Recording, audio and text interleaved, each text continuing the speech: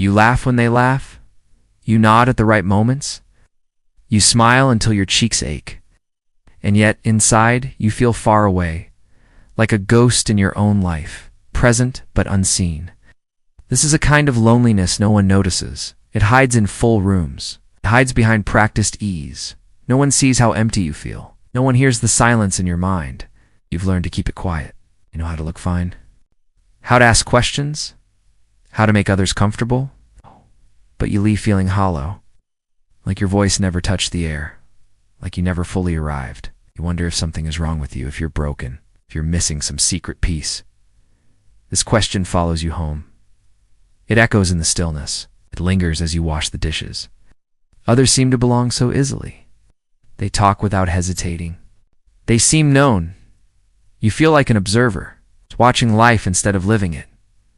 Pressed against the glass, you want to connect deeply, honestly, but something stops you. A hesitation in your chest, a fear of being too much. You have hidden parts of yourself for years, the messy feelings, the complicated truths. You learned early to stay small, to keep your thoughts quiet, to be agreeable. It kept you safe once. It helped you survive, but now it leaves you lonely. People see your surface. They don't see your depths.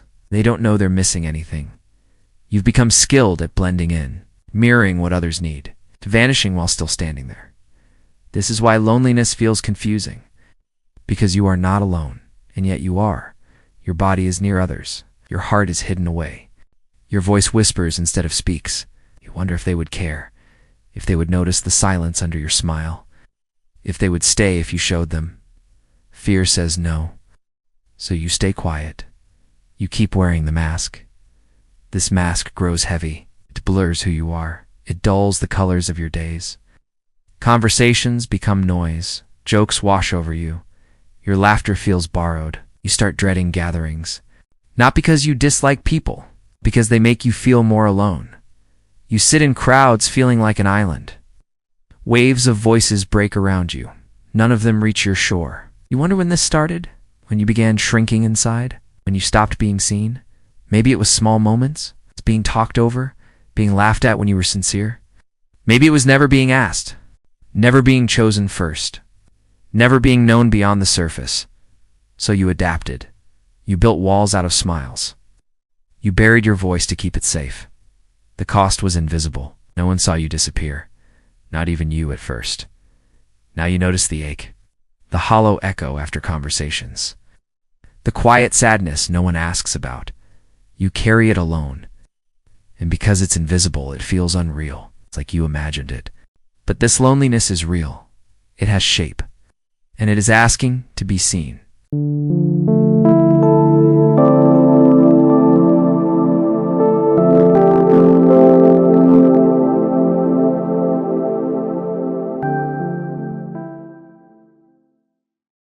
Loneliness like this does not come out of nowhere. It builds slowly, quietly. Often it begins in childhood, when you learn what is safe to show and what must stay hidden. Maybe you were told to stop crying, or don't be so sensitive. Maybe you felt too big for the room. Your nervous system learned to stay small, to shrink your feelings down, to avoid making others uncomfortable. It felt like survival. Children need acceptance to stay safe. So you shaped yourself to be acceptable. At first, this shaping is light. It's just a slight softening of edges, a pause before speaking. But over time, the mask grows heavier. You stop sharing as much. You stop expecting to be understood. You turn connection into performance. Smile when sad. Laugh when you're uneasy. This keeps you included, but not known. You are present, but not present. It becomes habit. So practiced, you barely notice. Automatic. You sit at the table nodding, your mind elsewhere, your feelings locked away. Masking protects you from rejection, but it also blocks intimacy. Because no one can reach the real you, this is why you feel unseen. It's not because others refuse to look, but because you hide without realizing. Your body senses danger in being real. Even now, even with people you trust, you may feel tightness in your chest, frozen throat, a heart that beats too fast. These are signs of your old survival map. The map that kept you safe once. It's the map that tells you stay quiet. It is hard to blame yourself for this. You were trying to stay loved, trying to stay safe. But that safety came with a cost. A slow erosion of authenticity, a slow drift away from yourself. This is why you feel invisible, because you have been hiding, because hiding became who you are. Sometimes you even forget what you feel. You look for clues in others' faces. You wait to see what they need first. Your own needs go quiet. Your desires go dim. Your voice grows faint. People praise you for being easy, for being low maintenance. They don't know what it costs you. You start to feel hollow inside, like a room no one visits, like furniture covered in dust. Even joy feels muted. You laugh but feel far away. You smile but it doesn't reach you. It's why connection feels tiring, because you are acting the whole time. It's performing instead of being. It takes energy to mask, energy to hold back tears, energy to keep the smile. You leave gatherings exhausted, not because you dislike people, but because you are not yourself. The mask starts to feel permanent, like you no longer know where it ends, like you no longer know who you are underneath. This can be frightening, but it is not the end. It is the beginning of awareness. Awareness is the first crack in the mask, the first breath of air after holding it too long, the first sign that you want more. You do not want to perform forever. You want to feel real again. You want to be seen. This longing is important. It means your true self is still here, waiting patiently. It means you can learn a new way, one small step at a time, toward connection that feels alive. Breaking the mask begins quietly. It's not with grand gestures, but with small moments of honesty. The first step is noticing. Noticing what you feel before you hide it, before you turn it into something acceptable. Sit still for a moment. Breathe slowly. Ask yourself, what am I feeling right now? The answer might not come in words. It might come as a tight chest, or an ache behind your eyes. Sensations or feelings speaking in the body. They appear before thoughts. Listen to them with care. You might feel unsure at first. That is normal. You've spent years looking outward, not inward. Keep the question simple. Am I tired? Am I sad? Let any answer be enough. Do not judge it. Do not explain it away. Your feelings are not problems to solve. They are signals. They're proof you are alive. Try noticing feelings during conversations. While you smile, ask what your body feels. While you nod, notice if your jaw is tense. This builds awareness, a small crack in the mask, a thin thread of truth. Write down what you notice.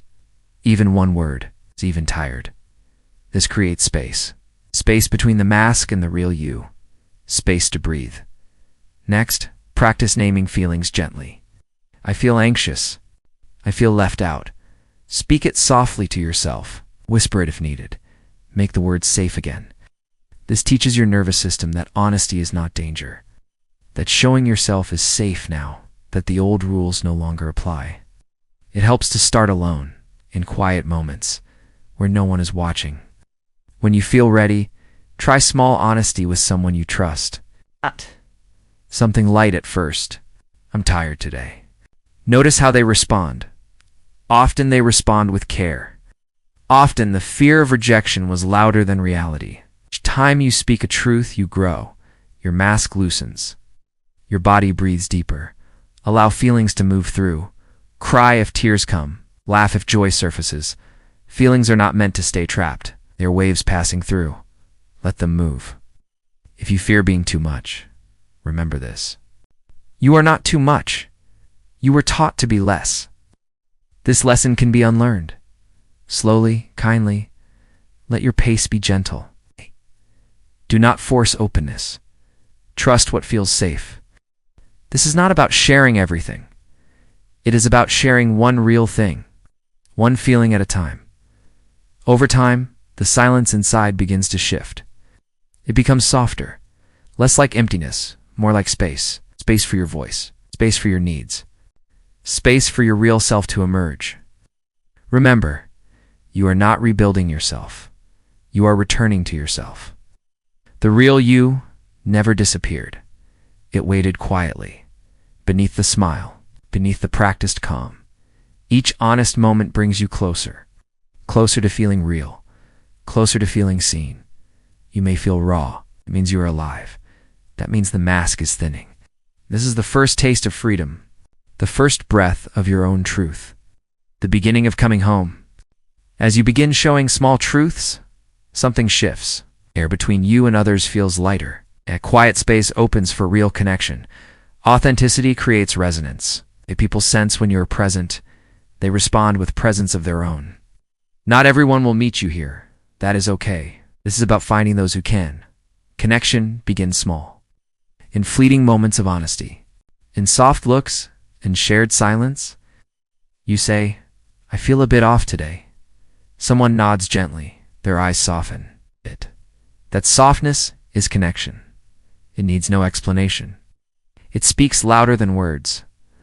Let these moments land. Let them register in your body. They are proof that real contact is possible. When someone shares their truth with you, pause. Listen without fixing. Presence matters more than answers.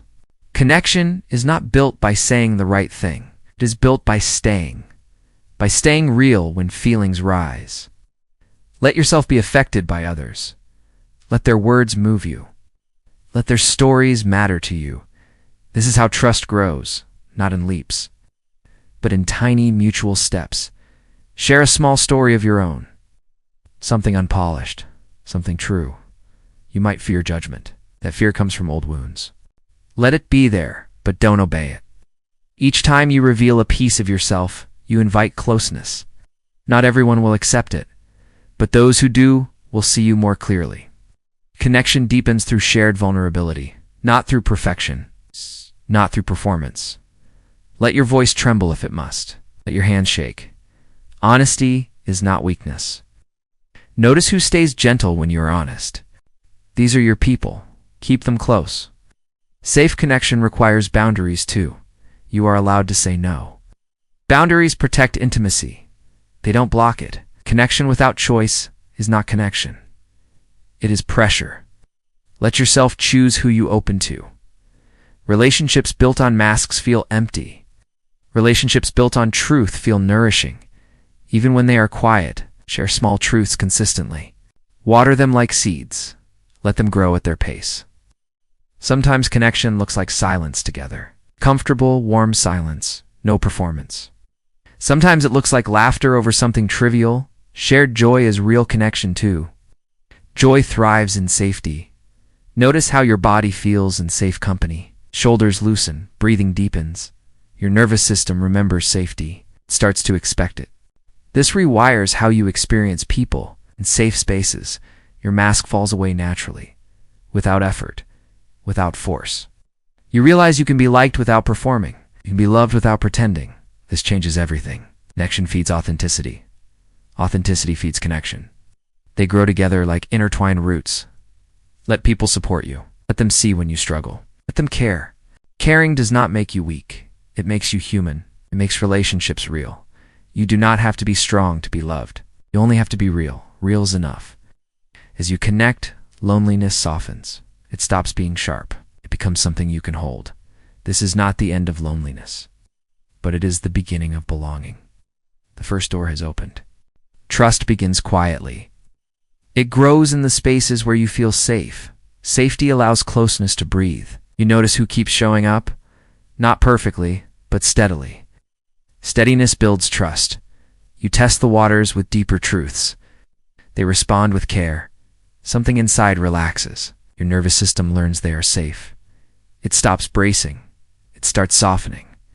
Trust is not a single leap. It's a series of small moments. Each moment roots you deeper. They see your messy days and stay. They see your joy and don't dim it. This acceptance feels unfamiliar. Old beliefs say you must hide to be loved. New experiences prove otherwise. Love survives honesty. You start asking for small things, a listening ear, a quiet presence. They offer it without hesitation. You feel seen. You feel held. Closeness grows in mutual care, not in grand gestures, but in daily gentleness. You begin caring for them too. Not out of obligation, out of warmth. Connection becomes two-way. You stop feeling like a burden. You start feeling like you belong. You share fears you once hid. They don't flinch. Their calm becomes your calm. Their trust in you reflects back. It shows you who you are, someone worth trusting.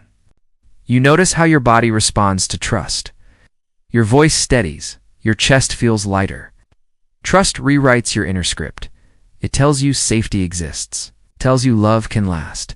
Sometimes fear still visits. That is normal. Trust grows alongside fear, not without it. You learn to name fear gently. Speak it aloud. It loses its power in the open. They listen without judgment. You feel your shame dissolving. This is what healing with others feels like. Closeness is not constant intensity. It's quiet presence. It's knowing they're near even in silence. Not because you fear losing them, not because you fear losing them. It's because you enjoy their company. Joy becomes part of your bond. You laugh more easily.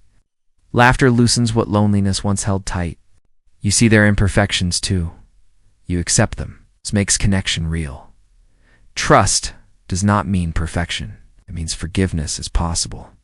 It means care outweighs conflict. You face small conflicts and survive them. You talk through misunderstandings. The bond holds. Surviving conflict strengthens trust, proves the connection can bend, not break.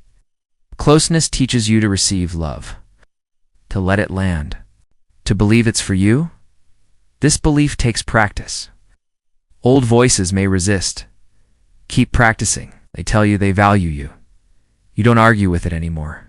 You start to agree. Emotional closeness changes your sense of self. You see yourself through their kind eyes. You see someone lovable.